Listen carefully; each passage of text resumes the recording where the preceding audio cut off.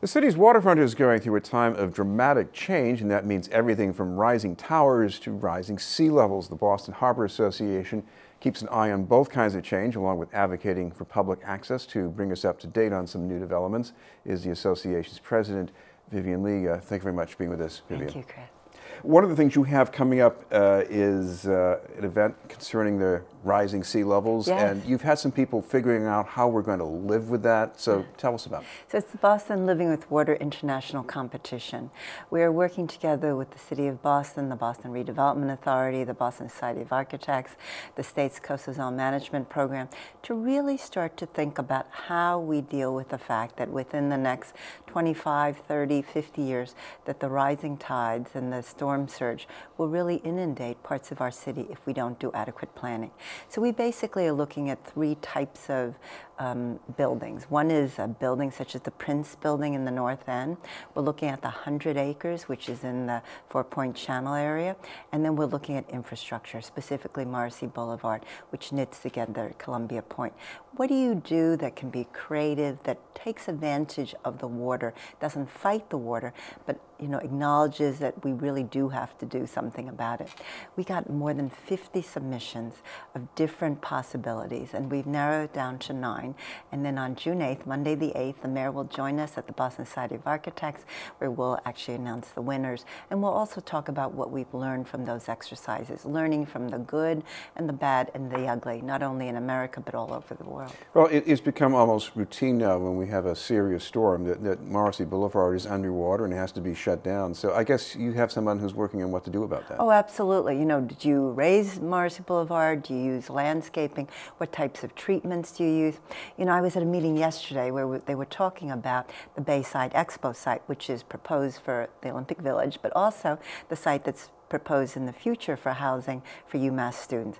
That area is very prone to flooding and such. And so in the interim use, while it's used in the short term for parking, we've actually suggested, are there strategies that you can use at Bayside, whether it's a physical berm, whether it's vegetation, but things that you can use that will help you in the long term think about what you will do at that site. Well, your group has played a role in the past few decades of seeing the waterfront become a magnet for development. Now it's a magnet for the Olympics. It's interesting. It is the showcase, in fact, part of the area that is being showcased by the Olympic bid in terms of what can be done, and whether it's the South Boston portion of the waterfront or whether it's Dorchester. The Olympics are very excited about it, and rightfully so, but there's still a lot of questions being asked. How do we move people around? How do we get the Olympic participants to Dorchester? How do we get their families? How do we get the visitors? So there's still a lot of questions, but I think it's exciting. In the meantime, though, the developers are still going forth with their plans, understanding that if we are successful to get the Olympic bid in 2017, that then between 2017 and 2024, there will have to be significant planning, and they may actually have to change some of the locations as well. We have a lot of dramatic growth in the Innovation District, as we now call it, in South Boston. The buildings, not all of them yet, but a good many of them are there right now. One critique is it still looks like an office park. What do you think? It's interesting, and I think Mayor Walsh was the one that said, the Chamber of Commerce recently, we can do better in terms of the architecture. And he's really pushing the developers to think beyond just a rectangular box.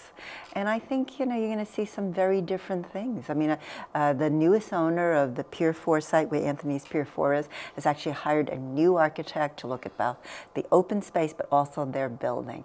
And you're seeing many more of the developers saying, we can do a little bit better. We can incorporate resiliency to deal with storm surges and rising sea levels, but we can also have beautiful buildings. And I think that's what's so exciting. I mean, this mayor is really forcing the built community to think much more strategically about how they can have more attractive and functional buildings. What about the character of the neighborhood? Because one of the indicators out there is the expansion of the Institute for Contemporary Art, so they must be getting people to come down there.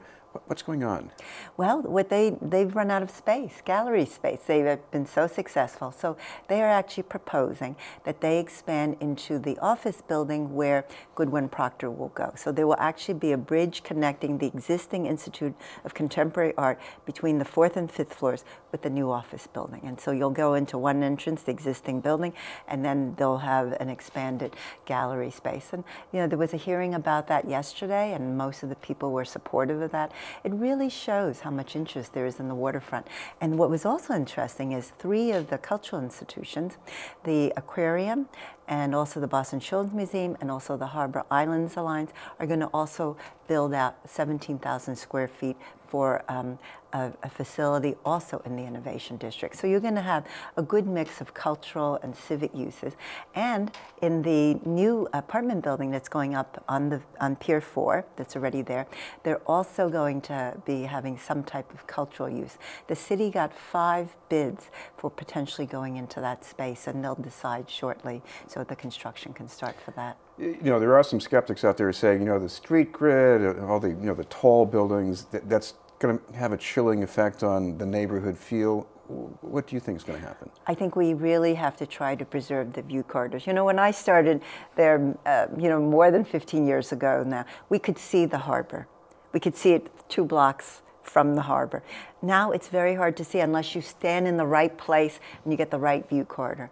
And I think all of us are afraid that at some point we're not even going to be able to see the water. So I think the mayor is right when he talks about the type of development, the architecture, how the street patterns are laid out, the grid, and then the view corridors. And I think we have to be very mindful of that. Yeah, it's not the Embarcadero like in San Francisco. Oh, hopefully not. One other thing here, there are these projects, from place to place that people are debating. When you take down the garage, how do you let them build? But I guess the bigger question is the master plan, the overview, because if you make a decision in one place, it affects everything around it. So what about that? Well, there is a municipal harbor planning process going on from Hook Lobster to Christopher Columbus Park, and that's been going on for 2 years. But Mayor Walsh has now said he wants to master plan the entire city. It's been more than 50 years since that's been done. And I think you do want to link South Boston with Charlestown, and you want to link with East Boston and all the neighborhoods, and everyone wants to enjoy. And also how we think about transportation. How do we get people around? So there's a transportation planning process underway, cultural facilities throughout all of our city, as well as an overall master planning process. I think it's a very exciting time to think about what our city will be like 15 years from now, in 2030. Thank you very much for being with us. Thank you. From the Boston Harbor Association, Vivien Li. Up ahead, the art segment with Chris Harding.